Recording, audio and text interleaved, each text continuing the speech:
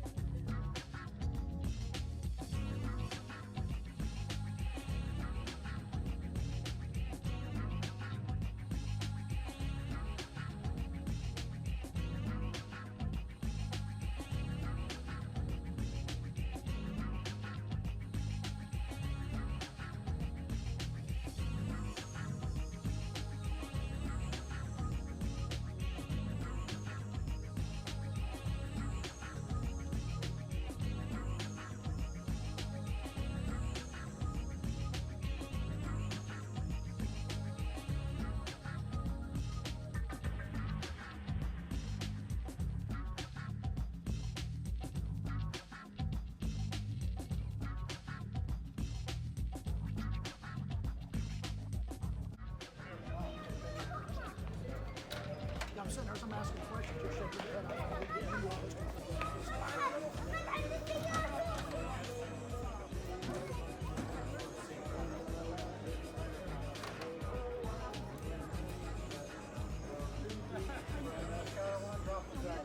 Okay.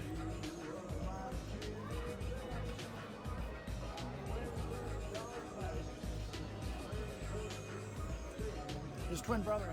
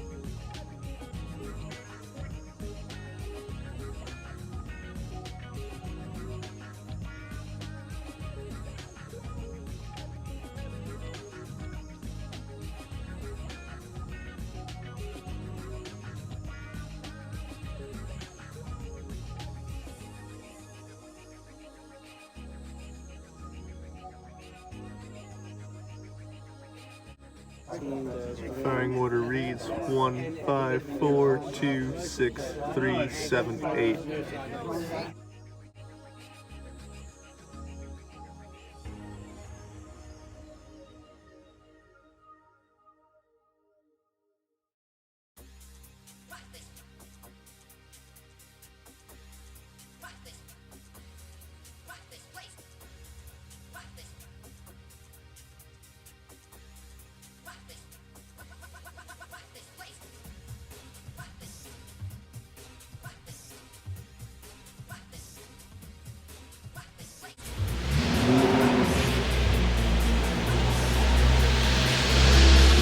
Around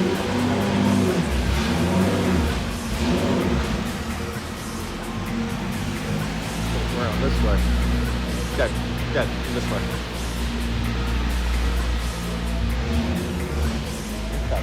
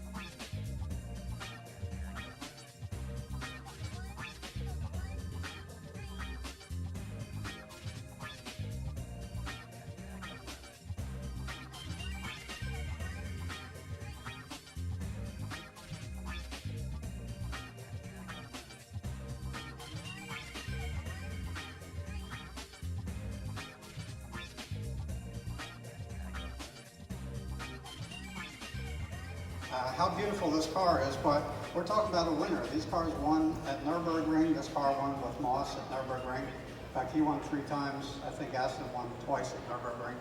And just a champion, 1959 World Sports Car Champion, plus Le Mans winner. So super historic car. So Moss won that Moving car on 3 to the times. Daytona Coupe. And there we go. So it's a 289. Sometimes these cars get misidentified with a big block Ford, and the former owner of this car helped promote that misidea. He had written on the sides of the car, painted on in gold lettering, 427 Ford, world's fastest car, all this stuff that he made up, and we're talking about Phil Spector. So aluminum body, obviously a tubular frame, not a space frame. This tube frame goes back to 1950s. That's John Tajiro was an Englishman, doesn't sound like it, but an Englishman designing a chassis for AC. And in its day, it was an advanced chassis. A tubular frame with independent suspension, and that carried on into the Cobras. When they got to the Coupes, they modified it a bit more. But we have some photos there. That's a We Daytona see right there, there. that looks Daytona like a frame. space frame. No, that's just tubes under the body. That's only supporting the body and not the components of the car outside the body. There we see it again. So maybe hard to see inside of there, but there are larger tubes running the length of the car from underneath that are doing most of the chassis work. Here we see under construction. Now, interesting thing, this car is the prototype, and Harry, you have a mic on you? Yep. Yeah, so Dave Friedman took all these photos when they were building this car in California. This very car. And this was the only one. They made 6 total, but this was the only one that was built here in the United States. The other 5, interestingly, were built in Modena, Italy, right in Enzo Ferrari's backyard at a place called Sport Auto. But this was the only one, and these are actually pictures here of this car being built. Beautiful. And we're going backward there, Andrew, I'm not sure. Okay, well that's obviously a later car rendition, very nice. And here we have the engine. Interesting, wonderful thing about the engine is here Ford builds this, they call it thin wall casting. Basically they're building a lighter engine, a lighter V8 engine, perfect for, if you're going to build a light sports car, not a big American muscle car, but a sports car. And weight is a big factor in all your designing, and here we have this new Ford engine that's built to be light, and it's just an ideal time for the right car, and things came together. I might add, which, you know, is kind of a differentiation between the Aston Martin, which was, you know, a pure racing engine. Okay, Harry's making a point here. You may not be aware. He thinks he's being subtle. We're going to argue about these cars, point out, are they race cars or are they road cars? So we're going to get into that a little bit when we get into Dumb Day, and Harry's just looking for a leg up. Nice. Moving right along. Production engine. He's right though, that's a wonderful thing. We always say that about Jaguar, how they took a production engine and they won Le Mans, and they won Le Mans, and they won Le Mans, and they won Le Mans, right? It's amazing. Thank you. Andrew gave me a clicker that's going to make me better. So moving on to the Ford GT. And there's a beauty. This car is selected every year for a Spirit of Competition demo, and hard to deny it. So there we go, 7-liter V8, and as Harry pointed out, these are derived from passenger car engines. They get more and more specialized as they go along, but yeah, that car starts as a passenger car engine. 4-valve carburetor, of course. Semi-monocoque chassis, so we have some real chassis development here going, you know, no longer a tube frame, not even a space frame, but now monocoque, constructed like an airplane. Quick change brakes. One of the issues they had with these cars was the weight, and they built them to be strong and safe, and the weight of the car makes it hard on the brakes. So they found in the early racing that they were just really beating up the brakes, and they decided to design a system where you could change out the whole brake system, caliper, rotors, everything in a go, put on a whole new set, boom, in a pit stop. So that's pretty cool technology. Did they do that in Formula One, or anybody do that now? Not to my knowledge, not in that time period. Yeah, and that's probably Phil Remington probably ran that program. Well, Phil Remington did the quick change pads. It was John Holman of Holman and Moody that came up with a floating disc design where they could just pull the caliper off, and the disc just came right off of the studs, and they put a new one on. They could change the whole brakes in 3 minutes. And what about bleeding? You didn't need to, because you didn't actually take the caliper off. The caliper stayed on. That wasn't the problem. The problem was the brake disc was warping. And they tried all sorts of very exotic metals and everything, spent a lot of money and time. And finally, John Holman, you know, just said, well, why don't you just change the disc quickly? And that's what they figured out, he and Phil Remington. Two shade tree mechanics, you know, figured out what the engineers couldn't. Yeah, that's a wonderful story. That's a great thing about Shelby's team, by the way, is calling them shade tree mechanics. That's an underhanded compliment. But these guys were California hot rodders. These guys were like self-made. And we'll talk about that when we get to the history of the Ford GT. Yeah, it's a wonderful story. It makes us proud of American ingenuity. Absolutely. Right? So, yep, quick change of rates, 4-speed gearbox, 485 horsepower, so this car's got it. And here we see the monocoque. So, just an airplane body under there. All your loose components, your engine, everything mounts onto a central monocoque. So the car's strong, rigid, not incredibly light. It's light for its strength. Well, it was made out of steel. That was one of the design parameters that Roy Lund established, because this was actually to also be the basis for a road car. So they wanted it to be very strong. You'll get your chance.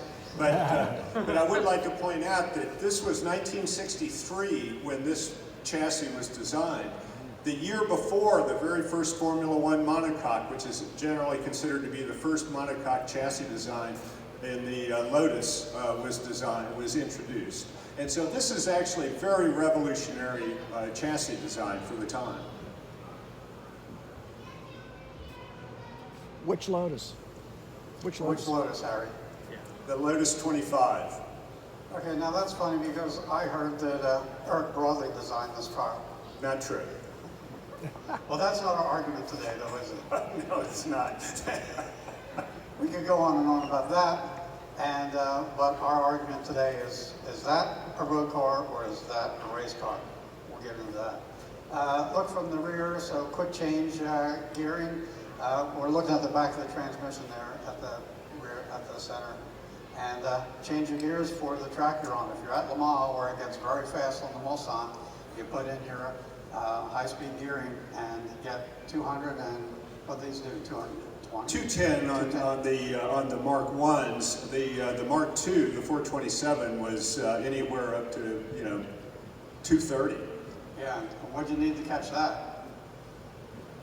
Well, yeah. Okay, that looks like a production line. Yeah, that's Ford Advanced Vehicles. The bodies, by the way, were actually made. They were so sophisticated, so complex. They were made at a place called Abbey Panels. And for any of you that have had an MGB out there, the same place that made your MGB made the Ford GT. And so the tubs then were brought over to Ford Advanced Vehicles where the assembly work was done. Yeah, so Ford Advanced Vehicles is in Slow England. Yes. So we see that Ford is involved in England. And who's in England? Eric Broadley. Wow, moving on. So there's the, what do we call that? The bunch of snakes or something? What do you call that? Yeah, bundle of snakes. Bundle of snakes, okay, the exhaust system. Here we have a two-carbureted car. That's our car with two carburetors on it. And then moving on to the Porsche 917.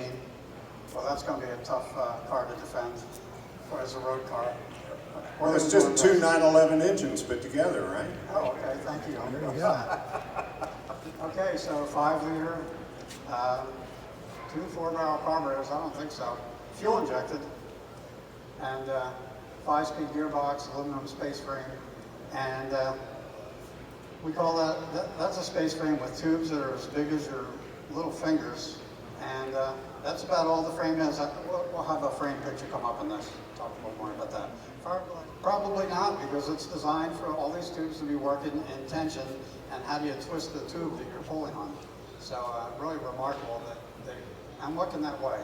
150, 200 pounds? It weighs 98 pounds. 98 pounds. Oh, I'm sorry, it's made of aluminum, right?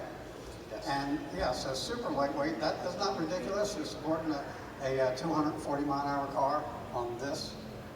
Now, there are some Schrader valves in there. Want to throw in on that, Ed? Yeah, when they were building the 917, some of the technology for welding the frame was pretty new, and one of the things that they did was flood argon through the tubes to weld, and then once they did that, they also decided to use the holes that they made in the system to pressure test the frame so they could tell if the frame cracked. So the drivers were told that there was a pressure switch on there, and if the pressure dropped, the light would come on in the dash. But I don't believe many drivers stopped racing when that happened. So I've never heard of any of them fail ultimately where the frame broke, but they would find cracks in them. Oh, thanks, Ed.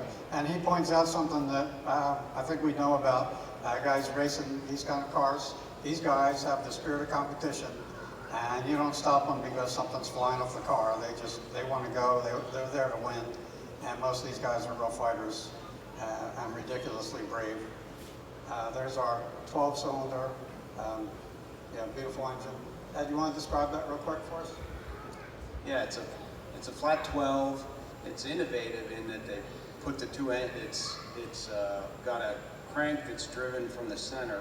Most cars, they use the end of the crankshaft to drive the transmission. And on the 917, because the crank was long, they were worried about flexing the crankshaft, so they drove the transmission off the center of the engine.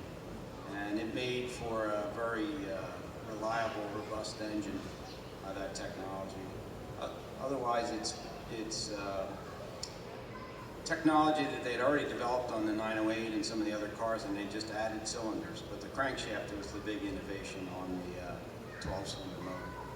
Yeah, and what other car do we talk about when we talk about taking stress from the center of the crankshaft? Let's go back to the 30s with the 8C Alfa Romeo. Yeah, Point that out all the time. It's terrific because when you have a long crankshaft in a straight 8 or in a 12-cylinder, yes, if you can break up that stress, you're going to add longevity. So there's underneath the car, we see it's all panned in. That's probably a development model. I don't know if that's a real car. I think wind tunnel, but they didn't do a lot of wind tunnel early on. That was probably later. Yeah, we see cutouts in the tires, in fact, for supporting the car. So wind tunnel testing. Here we have it all segmented. And now here we are building the cars. So I see the pink pig in the background there, and the Martini car. I got it.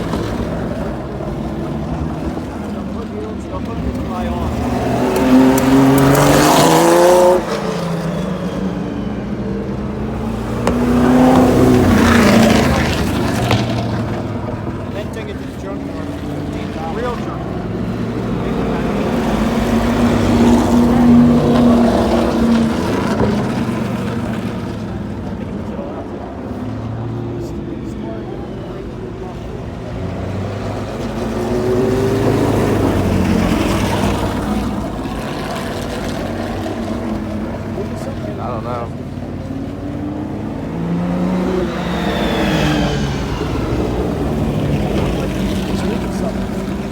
Yeah. Hydraulics? I don't know.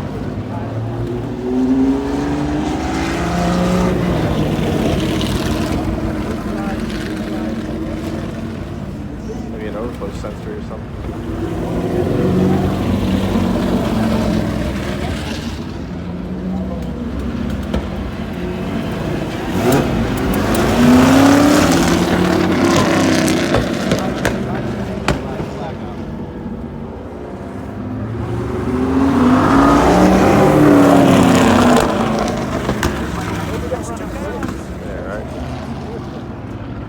Worry about the brakes on that 917.